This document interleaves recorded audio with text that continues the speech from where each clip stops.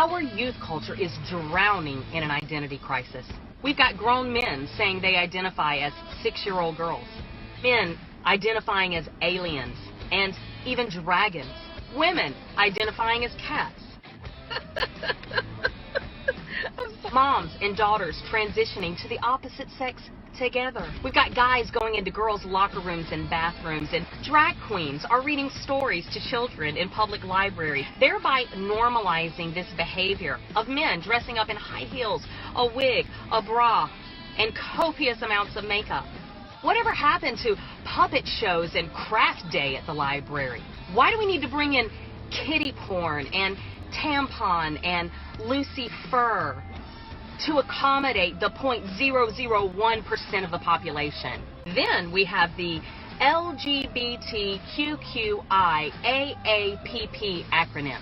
Yes, that's right. I'll have to read this list since I can't keep up with all of it. It's lesbian, gay, bisexual, transgender, queer, questioning, intersex, asexual, pansexual, that means anything and everything, polysexual, this includes polygamy and orgies, kink is the K. This would include bondage, spanking people, public sex, whatever floats your boat, that would come under the label as kink. Then we have the pronoun police, and they want to make sure that we say thyself and air self and verse self and ter self, instead of the homophobic pronouns that we used to use. Now, if you don't abide by these gender-sensitive policies and pronouns, you're called a racist, misogynistic, homophobic, privileged bigot. March's edition of Time magazine said this: every different type of identity that exists should be supported. Look, people, this is stupid. This is literally one of the most embarrassing moments in our nation's history. We have become so open-minded that our brains are falling out. Here's the fact. If Bruce Jenner, who now calls himself Caitlyn Jenner, were to commit a crime and leave DNA evidence behind, investigators would send a sample to the lab and determine that the perpetrator was either a male or a female. The evidence would show that she is a what?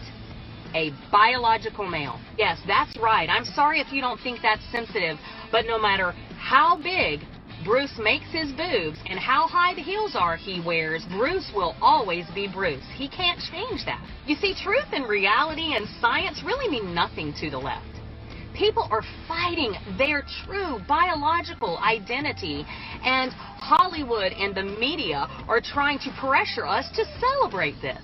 No, I'm not going to celebrate your mental disorders. I'm not going to celebrate your sin. I'm not going to celebrate your departure from reality. I'm going to invite you to embrace who you really are, who God made you to be. When you allow for anything other than biological male and biological female, it's banana land. Gender insanity is ruining our nation.